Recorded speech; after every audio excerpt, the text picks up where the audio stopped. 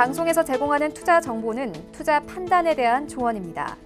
방송에서 제공하는 주식의 가치, 가격 상승 및 가격 하락에 대해서는 방송사에서 보장하지 않습니다.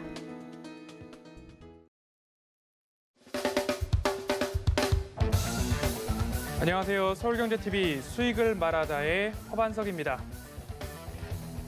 오늘 처음으로 수익을 말하다에 출연을 했는데요. 시장 상황도 여의치 않았던 그런 흐름이었습니다. 오늘 시장 상황 잠깐 살펴보고 그리고 제가 어떻게 시장에 대처하고 있는지 어떤 기준을 가지고 기업들을 바라보고 있는지 그런 부분들을 중심으로 말씀을 나눠보고자 합니다. 먼저 시장을 조금 체크를 할 때에 이 이야기를 안 드릴 수 없을 것 같습니다.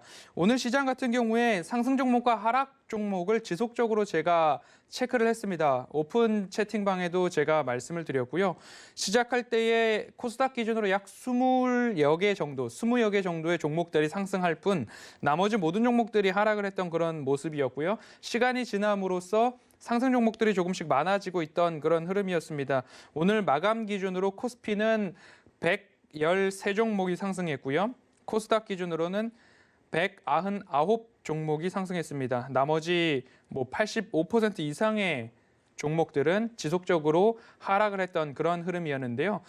이 시장의 원인이 외인들의 지속적인 매도인가 아니면 기관들의 지속적인 매도인가 이런 흐름들을 조금 엇갈리고 있는 그런 흐름입니다. 개인은 코스피 시장 기준으로 3일 연속 순 매수를 기록해주면서 약 7조 원대 이상의 매수를 보여주고 있는 그런 흐름입니다. 기관들은 연기금 중심으로 비중을 줄이고 있기 때문에 연일 매도가 나오는 부분들은 이해를 하겠으나 외인들이 이제는 그 키를 쥐고 있는 그런 흐름입니다. 외인들 3거래일 연속 우리 시장에서 매도를 해주는 모습인데요. 이 매도의 원인을 현재 시장에서는 이쪽으로 조금 보고 있는 모습입니다. 미국에 상장되어 있는 게임스톱 이라는 회사의 차트입니다. 13거래일 동안 공매도 헤지 펀드와 개인 투자자분들과의 어마어마한 세력 대결이 있었는데요. 결론적으로 말씀을 드려보자고 한다면 약 20배 이상의 상승이 나왔습니다. 약 20배 이상의 상승이 나왔는데 일일 거래 대금이 약 33조 원에 달했고요. 어마어마한 상승률을 좀 보여줬습니다. 이 차트만 보더라도 그런 흐름인데요.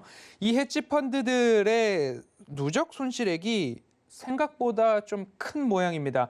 약 26조 원 이상의 손실을 기록하고 있다고 하는데요. 이에 따라서 우리 시장뿐만 아니라 글로벌 시장에서 이 헤지 펀드들이 투자해냈던 투자금들을 매도를 통해서 조금 회수를 하고 있는 모양새가 글로벌 각 시장에서 조금 포착되고 있다라는 쪽이 전망이 우세한 모습입니다. 그렇기 때문에 외인들이 우리 시장의 향방에 대한 키를 갖고는 있지만 이 시장에서의 매도세가 결국엔 헤지펀드들이 산 부분만큼 매도를 할 수 있는 부분이기 때문에 결국엔 끝까지 이어질 수는 없다라는 희망적인 이야기로 오늘 시작을 해보도록 하겠습니다. 오늘 수익을 말하다는 제가 5가지의 큰 대제를 한번 정해봤습니다. 5가지의 대제를 정해봤는데요. 제가 종목을 어떻게 보는지 지난 2021년도 증시 대전망을 보셨던 분들이라면 조금 중복된 부분들도 있을 거고요. 하지만 수익을 말하다를 통해서 저를 처음 만나는 시청자분들께서는 이 이야기를 한번 귀 기울여 보셨으면 좋겠습니다. 제가 시장을 볼 때에 차트를 보고요. 숫자를 중요하게 여기고 있고요. 기업의 모멘텀을 보고 있고요. 그리고 시간을 레벨로 만들자라고 말씀을 드리고 있습니다. 그리고 손실을 최소화할 수 있는 방법에 대해서 말씀을 드리고 있는데요. 차트는 추세 하단부에서 접근을 하자 말씀을 드리고 있고요. 숫자는 매출과 영업이익이죠. 이것이 증가하고 있는가 줄어들고 있는가. 또 하나는 그 산업 자체가 성장하는 산업인가 사양 산업인가에 대한 부분들 산업과 섹터를 볼 때 말씀을 드리고 있고요. 그 기업의 모멘텀은 어떤가? 그냥 둥그럼 잡는 뉴스에 의해서 상승하는 종목인가? 아니면 실체가 확인되고 있는 기업인가? 그리고 플러스 알파라고 말씀을 드리고 있습니다. 저위험 구간의 차트에서 매집을 했고 매출과 이익이 증대하고 있고 그 산업 자체가 성장을 하고 있는데 그 기업만의 특화된 플러스 알파는 무엇인가? 그 부분 모멘텀으로 좀 보고 있고요. 시간에 쫓기지 않는 투자를 말씀을 드리고 있는데요. 시간이 내 편이라면 이 주식시장에서 수익을 필히 낼 수 있다라는 말씀을 드리고 있습니다. 그리고 손실을 최소화하는 투자는 어떤 것인지 강의 후반부에 꼭 말씀을 드려보도록 하겠습니다. 그렇다고 한다면 차트 저위험 구간에서 어떻게 진입하는 것인가에 대한 부분인데요. 제가 이 리스크 버튼을 차트 한가운데 가져다 놓았습니다. 그리고 가장 저위험 구간에서 매수 타이밍을 잡자라고 말씀을 드리고 있는데요. 이 차트는 이마트 차트입니다. 이마트 차트를 가지고 온 이유는요. 제가 12월 24일 날 마지막 방송을 말씀을 때 이 24일 날 방송을 말씀드릴 때 이마트를 강력하게 말씀을 드렸던 부분이고요. 그리고 오픈톡방 분들에게도 말씀을 드렸고요. 가족방 분들과도 좋은 수익을 내고 있고 좋은 수익을 일부 실현한 부분들도 있어서입니다. 이마트가 오랜 기간 동안 하락했습니다. 코로나19 여파뿐만 아니라 이 유통시장에 대한 이익 부분에 있어서도 오랜 시간 하락을 했고요. 하락한 이후에 이 저점 구간대에 움직이는 부분들을 포착됐습니다. 어느 구간이 바닥인지 알 수는 없으나 이 구간이 거의 1, 2, 3, 4, 5, 6, 7, 8, 9, 10, 11, 12, 1년 이상 횡보를 했습니다. 어느 구간이 바닥인지는 모르겠으나 이 코로나 저점 부분을 통과하면서 이제는 어느 정도 바닥을 다져야 될 때가 아닌가라고 말씀을 드렸고요. 그리고 나서 제가 매수 추천을 드렸던 부분이 바로 이 세로 라인이 되겠습니다. 이 구간에서 매수 추천을 드렸던 이유 중에 하나는 포스트 코로나를 준비하자라는 이야기입니다. 코로나19 이후 시대를 준비하자라고 말씀을 드리면서 유통업계 이제 3분기, 4분기를 지나면서 바닥을 다졌다라는 이야기를 드렸고요. 그 이야기 후에 상승이 나와줬던 그런 흐름인데요. 이마트 차트 저점 구간에서 매수를 어디에서 해 놓으셨던 간에 시간과 기회 비용이 있겠지만 그래도 위험한 구간은 아니었다라는 부분들을 조금 확인을 해 주셨으면 좋을 것 같습니다. 그래서 차트적으로도 저위험 구간, 바닥에서 접근하자라는 이야기 많이 들으셨을 거고요. 저는 주식을 하시더라도 덜 위험한 구간에서 매수 타이밍을 잡아보는 것이 차트를 보는 방법 중에 하나다라고 좀 말씀을 드려보고 싶고요.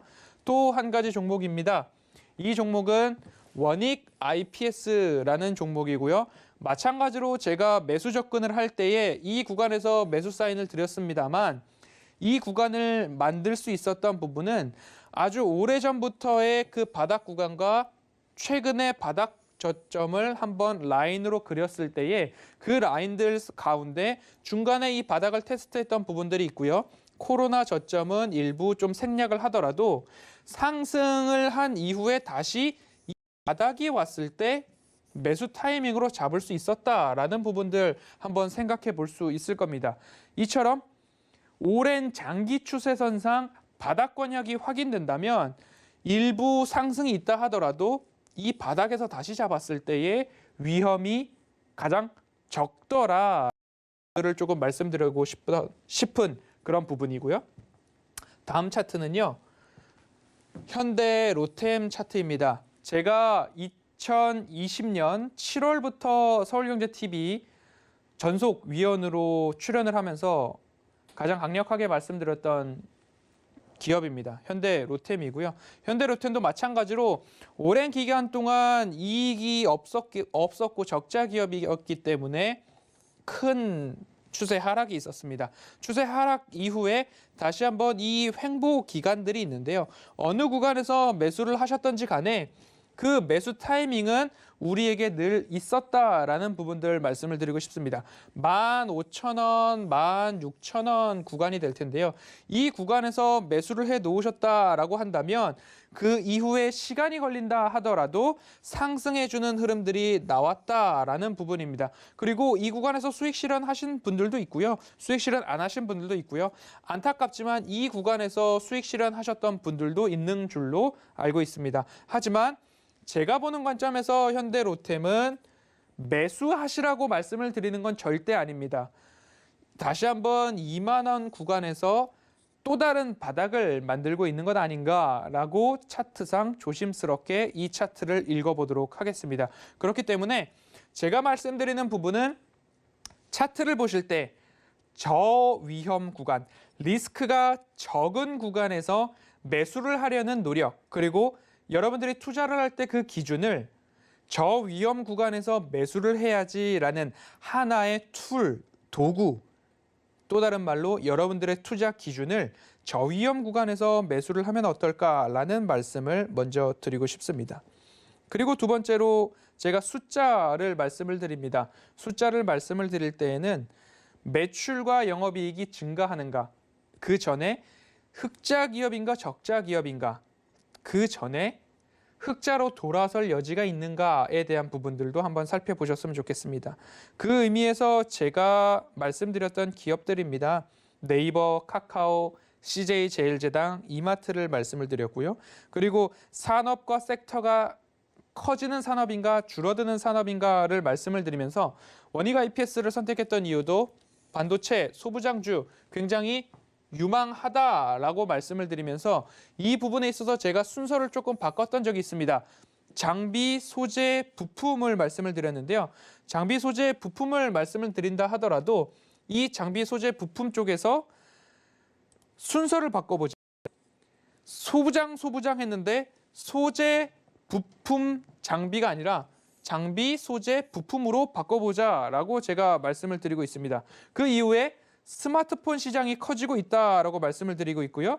거기에 따라서 OLED 시장 그리고 폴더블 폰 시장까지도 확대되고 있다라는 부분들 한번 살펴보셨으면 좋겠다라고 말씀을 드렸습니다.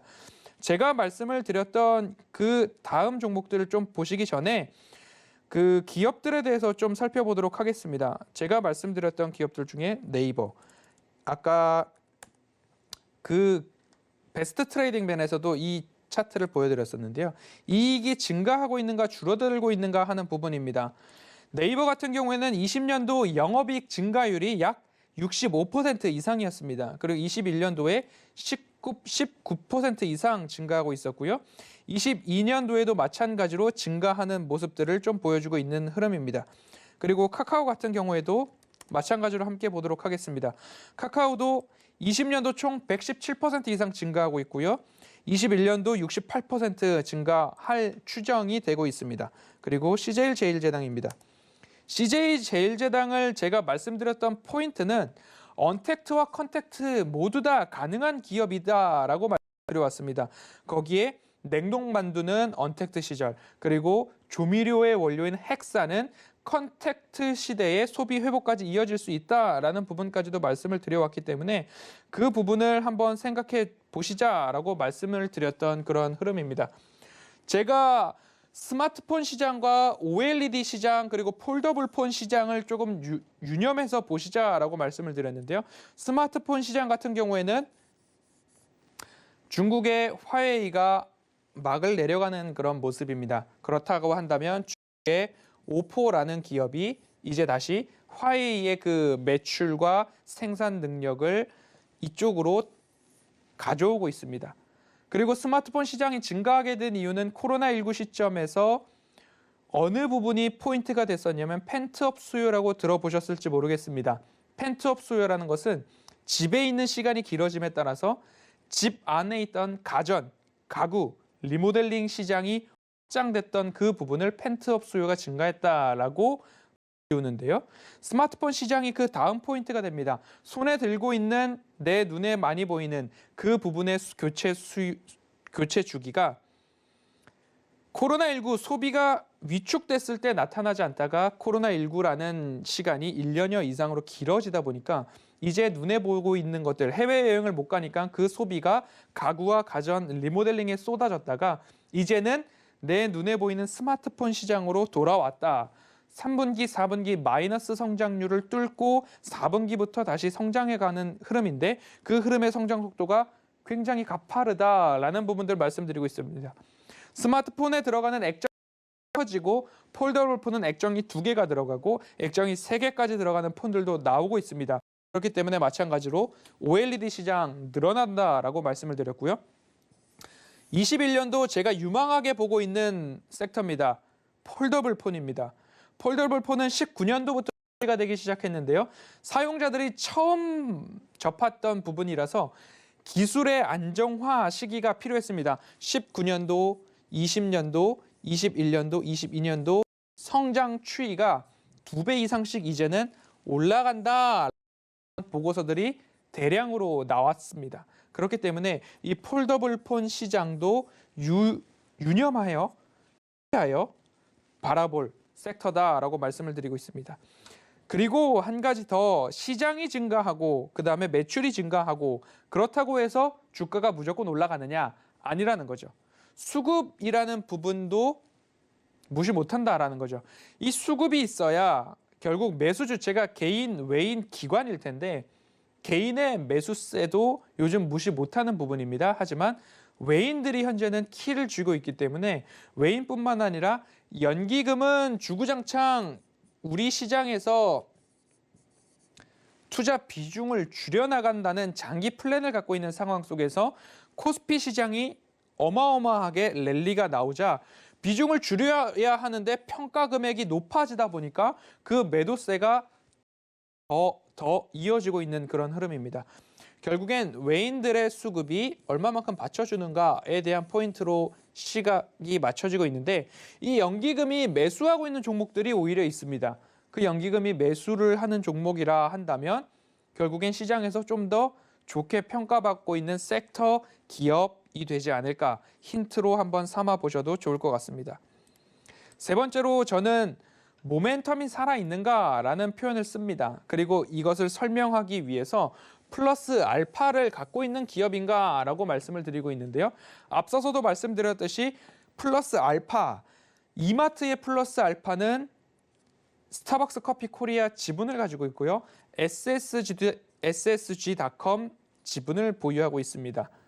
그런데 이마트 같은 경우에는 언택트 시절, 코로나 시절에도 유망한 종목이었죠. 그리고 컨택트 시절, 이제 포스트 코로나를 준비할 때도 오프라인 매장을 갖고 있기 때문에 이 구간에서도 매출과 영업이익 증대가 기대가 되는 부분입니다. 그리고 홈플러스나 롯데마트 같은 경우에는 뭔가 매장을 축소하고 매장을 폐업하고 매장을 매각하는 그런 구조 조정을 조금 하고 있는데 이마트 같은 경우에는 다른 전략을 했다라는 거죠. 부동산을 일부 매각을 한 이후에 이 부동산을 재임차합니다.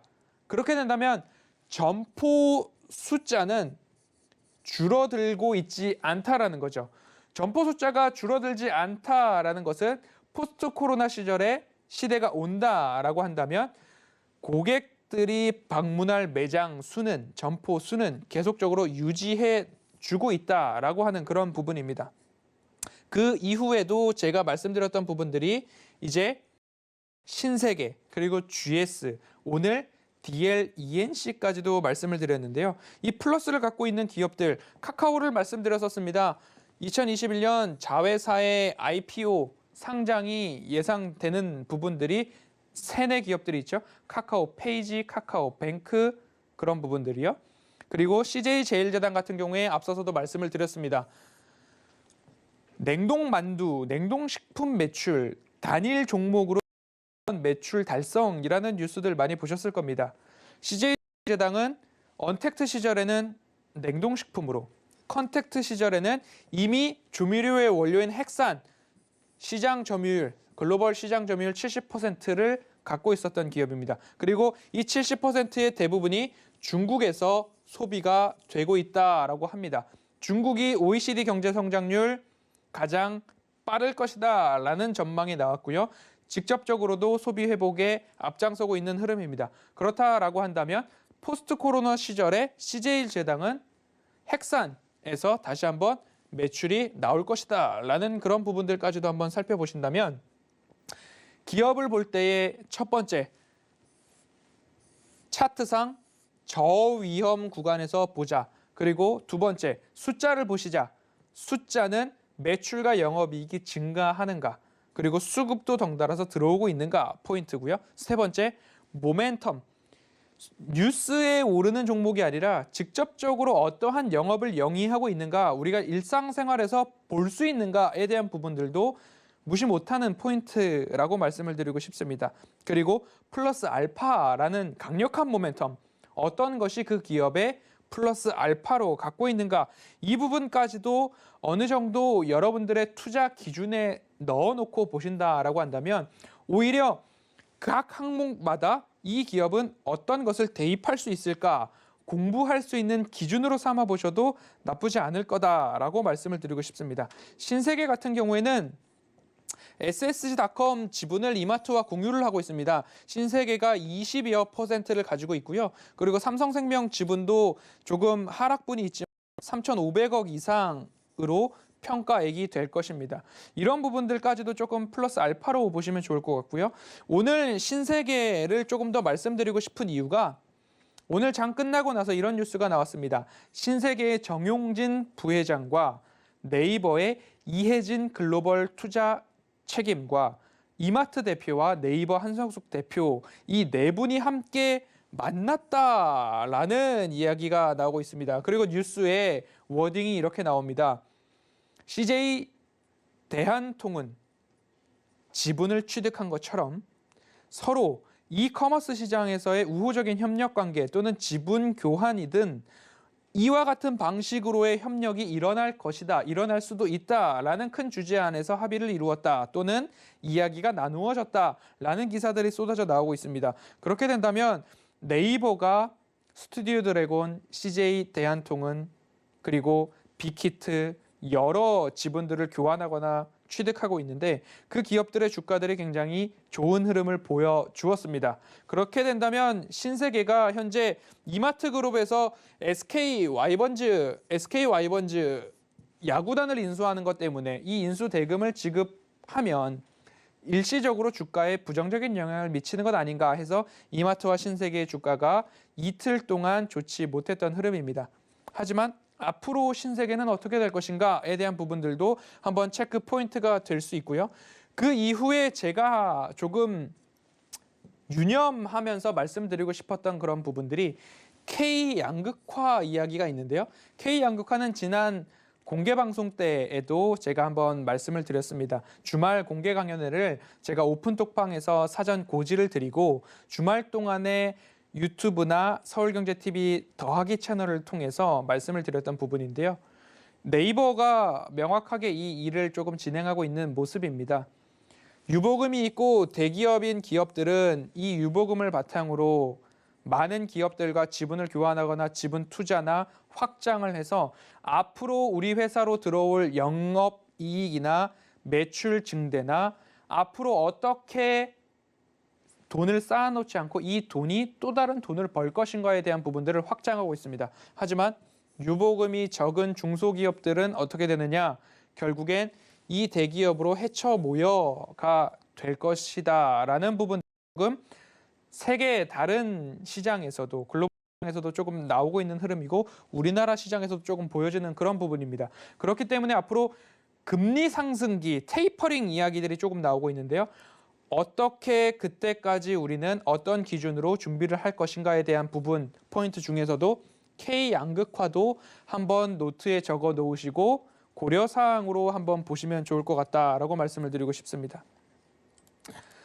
네 번째로 시간에 쫓기지 않는 투자를 말씀을 드리고 있습니다. 시간에 쫓기지 않는 투자는 아까 말씀드렸던 것처럼 저위험 구간에서 매수를 하시면 시간이 조금 걸리더라도 주가가 오르락 내리락 혹은 추세를 이탈했다 하더라도 다시 한번 이 추세 바닥까지는 쉽사리 올라올 수 있는 여력이 생긴다라고 말씀을 드리고 싶습니다. 그렇기 때문에 시간에만 쫓기지 않는다면 이 구간에서 매도하는 일은 없다라는 거죠.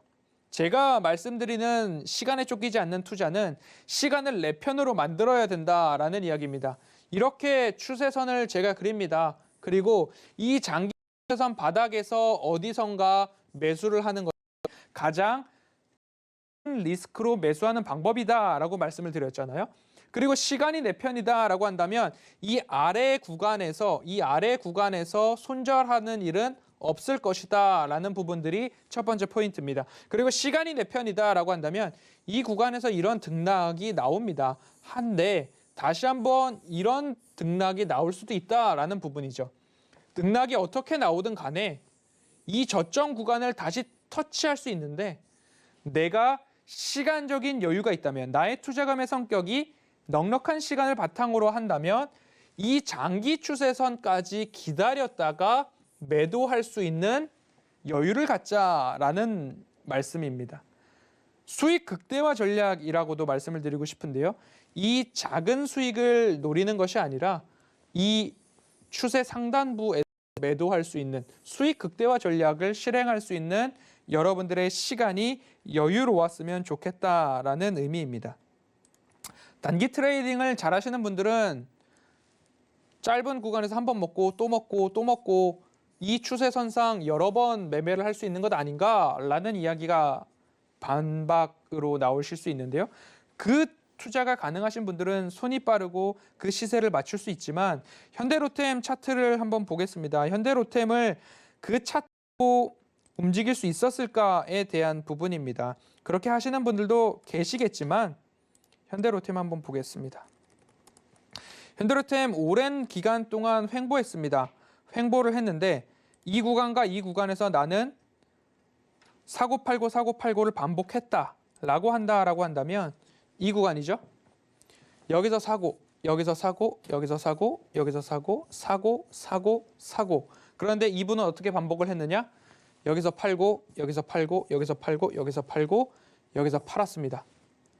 그러면 이 구간에서의 수익은 어떻게 얻느냐라는 결론에 다다르게 됩니다. 그렇기 때문에 시간이 내 편이고 조금 더 수익 극대화 전략을 갖겠다라고 하시는 분들은 결국에는 샀다 팔았다 보다는 오히려 대세 상승기를 기다리게 수익 극대화 전략에 조금 더 알맞은 대응 방법이다라고 말씀을 드리고 싶습니다. 결국 더 큰 물고기를 놓치지 않기 위해서 이 시간적인 부분들을 그래도 감내하자라는 투자주의를 저는 갖고 있습니다. 그렇기 때문에 조금 더 큰 수익을 볼 수 있는 방법, 시간적인 여유를 갖고 투자를 하시면 좋겠다라고 말씀을 드리고 싶습니다.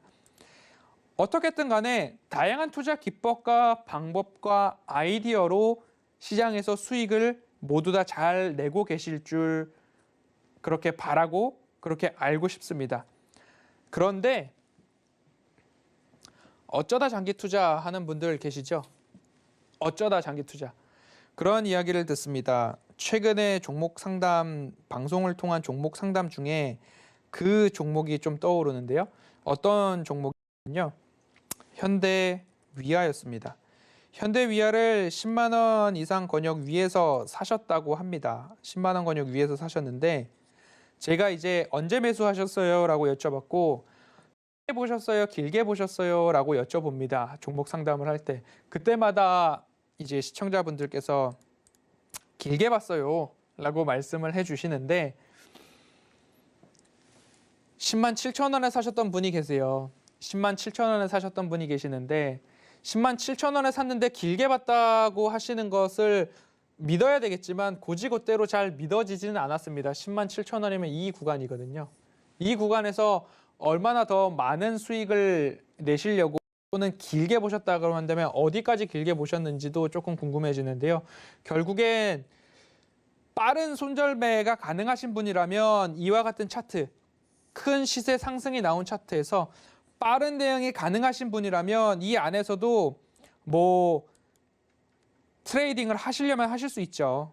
짧게 하실 수는 있겠으나 그렇게 손이 빠르지 않으신 분이라면 고점 차트에서는 조금 매매하시는 것을 주의하시자 당부의 말씀을 좀 드리고 싶습니다. 어쩌다 장기 투자를 하게 되면 그 시간 동안 심적으로도 그리고 눈에 보이는 손실 금액으로도 굉장히 어려우시기 때문에 추세 하단에서 매수하시는 습관을 또는 투자 기준을 그렇게 삼고 계신다면 여러분들 쫓기는 투자 안 하실 수 있다라고 말씀을 드리고 싶습니다. 그리고 제가 5번째로 또 중요하게 말씀드리고 있는 부분입니다. 아직 기회가 있기 때문에 또다시 반복해서 말씀을 드립니다. 이렇게 강연이나 전달 드릴 수 있는 시간이 있으면 제가 또 반복해서 드릴 겁니다. 설 연휴 특집 방송을 준비 중인데요. 그 또 이 말씀을 또 드리려고 합니다. 왜냐하면 손실을 최소화하는 투자 제가 말씀을 드리고 있는데 3분기 분기보고서를 보자고 말씀을 드리고 있습니다. 그리고 이 3분기 분기보고서의 효력의 기한은 올해 3월 주주총회를 통해서 나오게 되는 감사보고서 시즌입니다. 감사보고서에 따라서 관리 종목 지정이 될 수도 있고요. 상장 폐지 실질 심사 대상 기업도 선정이 됩니다. 무시무시한 공시라는 것들은 시장을 통해서 경험을 하신 분들은 다 알고 계실 겁니다. 이 3월 달에 나오게 되는 감사보고서를 힌트가 3분기 분기보고서 9월에 나오죠. 3분기 분기보고서에 이미 나와 있다라는 그런 부분입니다. 3분기 분기보고서를 통해서 어떤 것을 보아야 하는가, 다트 시스템 모르시는 분도 계시는데 제 방송을 보셨던 분들이라면 대부분 알고 계실 겁니다. 금감원에서 전자공시 시스템 이 이야기를 그대로 전자공시 시스템 그대로 녹색 창 포털에 검색을 하시면 들어가실 수 있습니다. 거기에서 여러분들이 보유 중인 종목, 기업의 3분기 보고서를 한번 꼭 보셨으면 좋겠습니다. 3분기 보고서를 찾아서 들어가면 감사인의 의견 항목이 있고요. 감사 용역 체결 현황을 보실 수 있습니다. 그리고 거기에 실제 수행 시간과 부수까지도 보실 수 있는데요. 그 부분을 직접 한번 보도록 하겠습니다. 이 부분은 제가 이제 오픈톡방을 통해서 추천을 드렸던, 소개를 해드렸던 그런 기업입니다. 한국철강이라는 기업이고요. 한국철강에 대해서도 한 번 더 말씀을 드리겠습니다. 한국철강의 3분기 보고서입니다. 그리고 11월 달이죠. 3분기 보고서. 네, 정정하겠습니다. 11월에 3분기 보고서 한국철강인데요. 5번 항목에 감사인의 감사 의견이 있습니다. 그리고 이 감사인의 감사 의견 항목 중에서 핵심 감사 사항을 한번 보시고요. 그리고 감사 용역 체결 현황이죠.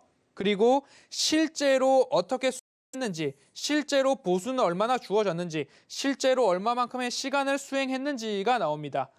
그 구간을 본다라고 하면 지금 11기, 12기, 13기입니다. 시간이 이렇게 올라가죠. 그러면 전기, 전기에는 실제적으로 얼마만큼 시간을 들였고 금액을 지불했는가에 대한 부분입니다. 시간이 837시간, 985시간, 3분기까지 462시간입니다. 그렇게 된다면 실제로 수행한 시간이 더 늘어나고 있진 않다라는 단순한 수치가 여기서 확인이 됩니다. 그런데 핵심 감사사항에 뭔가 주저리 각주가 달려있고, 그리고 시간도 늘어나고 금액도 터무니없이 많이 늘어나고 있다라고 하는 기업이라면 왜 많이 늘어났는가에 대한 의구심을 가져보셔야 됩니다. 회계법인이 회사에서 제출한 자료들을 토대로 함께 봅니다. 검토를 하고 자기가 해야 할, 회계법인이 해야 할 일을 수행을 합니다. 그런데 뭔가 갸우뚱하게 되고 미심쩍은 부분이 있고 이해가 되지 않고 추가 자료를 요청하게 되고 첨부 자료를 받았는데도 해소가 안 된다라고 한다면 뭔가 회계적으로 문제가 있을 수 있는 것 아닌가에 대한 부분들로 인해서 시간이 늘어나고, 그 일을 해결하기 위해서 시간이 늘어나니까 결국엔 용역 비용이 늘어나고, 그리고 그 일을 해결하기 위해서 뭔가 이번만은 좀 넘어가자라는 일들이 일어나면 절대 안 되지만 그런 의미로서 뭔가 보수에 대한 부분들이 늘어나는 것 아닌가라는 의구심을 갖게 됩니다. 이러한 힌트들이 3분기 보고서에 모두 다 힌트로 주어진다 하는 부분입니다. 핵심 감사사항이 있는가? 실제로 수행한 내역들이 어떤가? 그런 부분들을 꼭 보셔야 3월 달에 있을 감사 보고서, 감사 시즌, 주식 투자자분들이시라면 관리 종목 지정과 그리고 상장 폐지 실질 심사 대상 기업에 대한 공시는 절대적으로 피할 수 있다라는 부분들을 말씀을 드리고 싶습니다. 왜냐? 손실을 최소화하는 투자, 바로 이 부분을 말씀을 드리고 싶습니다. 첫 번째로 제가 말씀을 드렸습니다. 숫자로 확인되는 기업인가? 그리고 두 번째로 또 말씀을 드렸습니다. 복습을 하겠습니다. 첫 번째로 차트가 저위험 구간인가? 저위험 구간에서 매수 접근을 하시면 시간이 걸리더라도 손실은 피할 수 있다. 저위험 구간에서 진입하시자라고 말씀을 드렸고요. 두 번째로 숫자, 매출이 늘어나는가, 영업이익이 늘어나는가, 수급이 숫자로 확인되고 있는가, 이런 부분들을 좀 체크를 하시자라고 말씀을 드렸고요. 그리고 모멘텀 확인, 그 기업이 플러스 알파로 가지고 있는 것이 무엇인가에 대한 부분들, 당연히 상승할 기업이지만 첫 번째, 두 번째에서 테스트가 됐다면 당연히 상승할 가능성이 높아요. 저위험 구간, 차트 바닥이다라는 매출과 영업이익이 증가하고 있어요. 수급까지도 들어온대요. 그럼 이 두 가지로 상승 여력이 충분합니다. 하지만 수익 극대화를 위해서는 모멘텀 체크가 필수적이라는 부분입니다. 실체가 있어야 하고요. 그 기업의 플러스 알파는 무엇인가에 대한 부분입니다.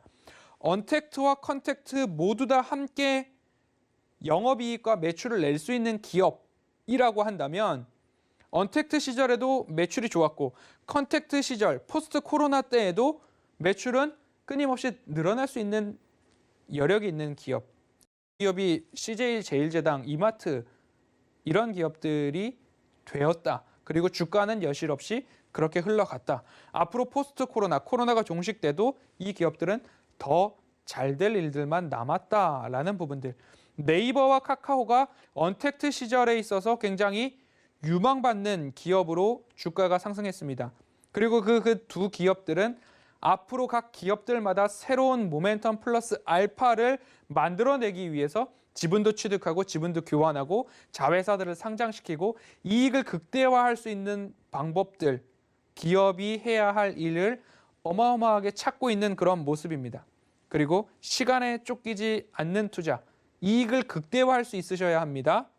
그리고 단기적으로 추세 바닥으로 차트가 내려왔다 하더라도 다시 이 추세 선으로의 회귀는 금방 올라오는 것들이 대부분의 기업이다. 하지만 금방 올라올 때에 1번, 2번, 3번 이 선결 조건으로 충족된 기업들은 거의 대부분 돌아온다라는 자신감을 갖게 됩니다. 그렇기 때문에 이 구간에서 조금 손실 구간이라도 오히려 비중이 적었다면 단가를 낮추기 위해 비중을 확대할 수도 있고요.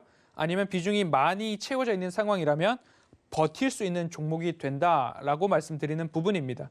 오늘같이 시장의 영향으로 시장 전체가 코스피, 코스닥 뭐 다 85% 이상, 코스닥의 1,100개 이상 종목들이 하락할 때 이 선결 조건들, 기준들이 부합하는 종목과 기업이라면 견뎌낼 수 있는 그런 부분이어야 된다라고 말씀드리는 부분입니다. 가족방의 포트 구성을 제가 의미 있는 기업에 의미 있는 비중을 싣자라고 말씀을 드려오는데요. 의미 있는 기업에 의미 있는 비중을 실었다가 손실 구간에 접어들었다라고 한다면 비중이 큰데 어떻게 하죠? 저는 의미 있는 기업에 의미 있는 비중을 30%로 잡고 있습니다. 제가 30%까지 사자라고 사도 될 만한 기업입니다라고 소개해드리는 기업들, 예를 들면 현대로템,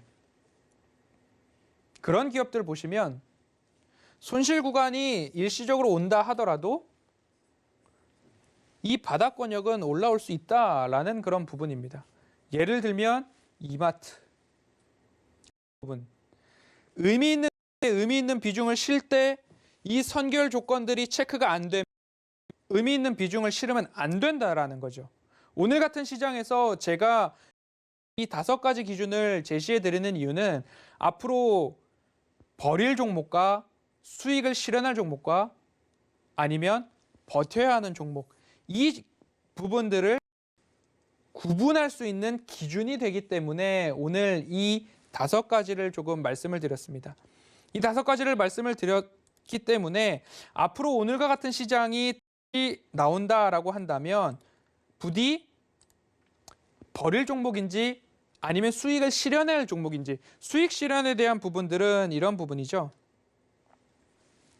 수익 실현에 대한 부분들은 이 차트에서 주가가 흘러가든지 간에 여기서 수익 실현을 하는 것이 아니라 이 장기 추세선상 상단의 수익 극대화를 돌파했을 때 수익 실현이 가능하다라는 부분으로 한번 바라보시면 좋을 것 같습니다. 오늘 이 추세가 어느 정도 들어맞았던 기업들을 좀 설명을 드리고자 합니다. 처음으로는 KTNG입니다.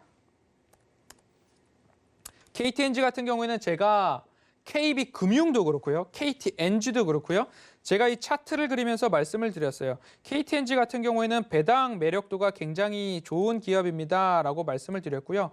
예를 들어서 차트 추세선을 제가 이런 식으로 이 코로나 저점 부분은 조금 차치하더라도 이 구간에서 바닥 구간을 그리고요. 그 이후에 평행한 선을 그어서 하나 올리고요. 그 이후에 또 평행한 선을 하나 그어서 그 위로 맞춰줍니다. 이렇게 맞추실 때에 이 갭을 일정 부분 비슷하게 맞추시면 좋아요. 그러면 조금 더 내려서 맞출 수도 있고 올려서 맞출 수도 있는데 이 구간의 갭을 비슷하게 맞춰 놓으셨다라고 한다면 이러한 차트 흐름이 나옵니다. 이 차트 흐름 속에서 어디서 수익 실현을 할 것인가에 대한 부분들 한번 살펴보실까요? 여기서 매수할 수 있고요. 매수하실 수 있어요. 수익 실현을 할 때 여기 중기 추세선에서 수익 실현을 하실지 아니면 수익 극대화 전략으로 이 구간에서 수익 실현을 하실지 이 구간에 대한 판단은 여러분들이 하실 수 있는 그런 흐름입니다. 그리고 배당을 받으셨다라고 한다면 배당 락1 기준으로 수익 실현이 여기서 샀으면 배당 락1 이후에도 수익 실현할 기회가 있었다라는 그런 부분들. 그리고 다시 한번 일종의 팁이 될 수도 있겠습니다. 이 바닥 추세선을 하회했던 그런 구간입니다. 그리고 여기에 강한 매물대가 쌓여 있습니다. 그렇다고 한다면 이 기업은 어떻게 될 것인가? 오늘 제가 말씀드렸던 5가지의 기준을 KTNG에 대입을 해보시고 KTNG 이 장기 추세선 바닥 아래로 내리는데 금방 여기로 회귀할 기업인가? 아니면 이제는 버려야 할 종목인가? 이 부분에 대해서 여러분들이 한번 하나하나 정해나왔던 기준, 제가 말씀드렸던 5가지의 기준에 대입해 보셔도 나쁘지 않을 기업이다라고 말씀을 드리고 싶습니다. 최근 오픈 톡방을 통해서 제가 1월 11일자로 노란톡 오픈방에서 제가 이 기업을 소개해 드렸습니다. 이 기업이 굉장히 제 눈에 들어옵니다. 그리고 여러분들의 수익을 위해서도 한번 관심을 가져보면 좋을 기업이라고 제 눈에는 보입니다. 한번 여러분들도 관심을 가져보시지 않으시겠습니까? 라고 노란톡 오픈방에서 디오라는 기업을 말씀드렸습니다. 임플란트 기업이죠. 임플란트 기업의 차트를 보도록 하겠습니다. 이 기업도 마찬가지로 제가 DO라는 기업입니다. 이 기업을 1월 11일자에다가 제가 세로선을 긋고 그리고 추세선을 바닥부터 한번 이렇게 잡아보도록 하겠습니다. 추세선을 긋고 이 추세선에 평행한 선을 긋고 상단으로 올립니다. 또 하나의 수익 극대화를 위한 장기 추세선을 긋고 그 윗 상단으로 한번 올립니다. 지금 이 구간에서 조금 더 유연하게 보기 위해서 이 갭이 비슷하면 좋겠다라고 말씀을 드리고 있습니다. 그래서 이 갭을 조금 올려보도록 하겠습니다. 이렇게 조금 비슷한 갭을 만들어 놓고 이 이후에 이 차트를 보고서 말씀을 드립니다. 제 눈에는 이 차트가 보였기 때문에 일단은 저위험 구간에서 매수를 할 수 있는 타이밍인지 아닌지를 보았습니다. 마찬가지로 밑꼬리를 달고 있기 때문에 저위험 구간에서 그리 멀지 않았습니다. 여기가 1월 11일입니다. 이 파란 세로선이. 그 이후에 주가의 흐름을 보니 어떤 흐름이 나왔습니까? 강한 상승이 나왔습니다. 강한 상승이 나왔는데 이 상승에 대한 부분들도 한번 보시면 이 상승에 대한 부분들이 과연 그냥 차트만으로 나온 것인가에 대한 부분들을 또 한번 살펴보셔야 될 것 같습니다. 디오 같은 경우에는 차트에서는 통과했습니다. 그리고 숫자를 봐야 되겠죠. 숫자, 모멘텀, 그리고 시간에 쫓기지 않아서 수익 극대화를 할 수 있는가에 대한 부분들입니다. DO를 보겠습니다. DO의 실적입니다. DO의 실적이 이미 3분기 기준입니다. 3분기 기준으로 199억 했습니다. 그리고 19년도 348억 했습니다. 이 기업은 디지털 임플란트를 조금 더 강화된 그런 기업인데요. 임플란트 중에서도 해외 매출 비중이 큰 기업입니다. 그렇기 때문에 코로나19를 맞으면서 운송 물량이 적었기 때문에, 그리고 치과도 마찬가지로 입을 벌리고 치료를 받아야 되고, 임플란트 같은 경우에도 치과에서 시술을 하고 있기 때문에 코로나19 여파로 병원들뿐만 아니라 임플란트 시장도 위축됐다라는 그런 부분입니다. 하지만 이 기업의 최근 이제 잠정 실적을 보시면 지금 이런 이야기 나옵니다. DO 작년 4분기 영업이익 최고치, 그리고 이런 기업들, 이런 이야기들도 있습니다. DO 지난해 영업이익 101억, 창사 이래 분기 최대라는 부분들을 보이고 있습니다. 이런 부분들까지도 본다라고 한다면 결국엔 숫자 매출과 영업이익이 증가하는 기업이라는 두 번째 조건을 맞춘 그런 기업입니다. 그리고 모멘텀을 본다라고 한다면 DO 같은 경우에는 그런 부분들이 있어요. 최대 주주의 지분 매각에 대한 부분들이 있습니다. 이 부분들이 이미 12월부터 조금 나오기 시작했는데요. 이 부분도 공시를 통해서 볼 수 있습니다. 공시 보면 풍문 또는 보도에 대한 미확정, 그리고 최대주주 지분 매각 추진설이라는 부분들이 나옵니다. 이 부분들을 좀 보시면 날짜가 언제죠? 날짜가 12월 24일 날 최대주주 지분 매각 추진설에 대한 부분들이 나왔습니다. 매일경제에서 23일 보도했습니다. 임플란트주 DO 매물로 나왔다. 그래서 당사는 검토한 적은 있으나 현재까지 확정된 사항은 없다. 그리고 우리가 부인 보도자료를 낸 부분들도 공식적으로 결정된 사안이 아닌 단순 검토 단계였기 때문에 매각설에 대한 부인 기사를 냈습니다. 라고 이야기를 하고 있습니다. 그리고 1개월 뒤인 1월 22일에 한 번 더 이야기를 합니다. 동일합니다. 검토를 한 바는 있으나 구체적으로 확정된 바가 없다라고 이야기를 하고요. 그리고 그 아래 보면 1개월 이내에 재공시하겠습니다. 이 이야기를 지속적으로 끌고 가는 겁니다. 여러 가지 부분들이 이제 시장에서 모멘텀으로 작용을 할 수 있겠으나 최대주주 지분 매각설은 이 회사의 최대주주가 지분을 매각할 때 그 단가를 어떻게 할 것인가, 경영 프리미엄까지 얹어서 매각을 할 때 그 매각 단가가 얼마일 것인가에 대해 따라서 주가가 크게 좌지우지되고 급등하는 부분들이 있습니다.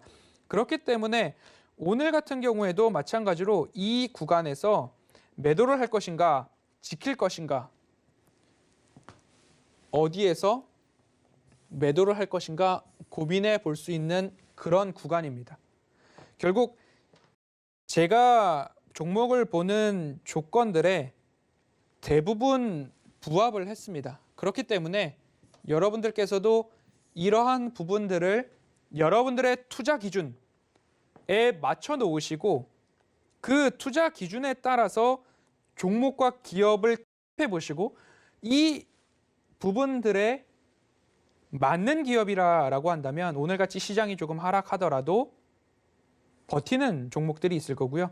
이 기준 없이 매수한 종목이라고 한다면 시장이 흔들릴 때 우왕좌왕 할 수밖에 없을 거다라는 생각이 듭니다. 그렇기 때문에 이것이 정답은 아닙니다. 하지만 투자자분들, 시청자분들께서 조금이나마 주식시장에서 좀 더 나은 수익을 얻고 그리고 손실을 최소화할 수 있는 방법이라면 어떨까 해서 제가 보는 관점으로 이 부분들을 소개하고 설명을 한번 드렸습니다. 그렇기 때문에 앞으로도 시장이 흔들릴 수 있습니다. 하지만 테이퍼링, 양적 완화 축소에 대한 부분들은 FOMC 회의가 2월에였고요. 3월에 있습니다. 앞으로 이어질 부분들에 대해서 여러분들이 이 기준을 지킨다면 꾸준하게 수익을 내실 수 있고요. 그리고 제가 DO를 소개해드렸던 부분이 바로 노란톡방입니다. 하단에 나오고 있는 노란톡방에 오셔서 제가 말씀드리는 기준에 부합하는 종목들, 기업들 소개 앞으로도 많이 하도록 하겠습니다. 함께 수익을 내는 절호의 1월은 지나갔지만 앞으로 좀 더 강한 수익 함께 내면 좋을 것 같습니다. 지금까지 허반석이었습니다.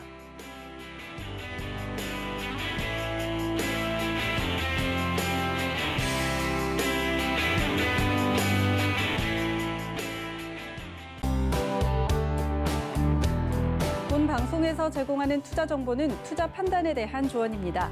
방송에서 제공하는 주식의 가치, 가격 상승 및 가격 하락에 대해서는 방송사에서 보장하지 않습니다.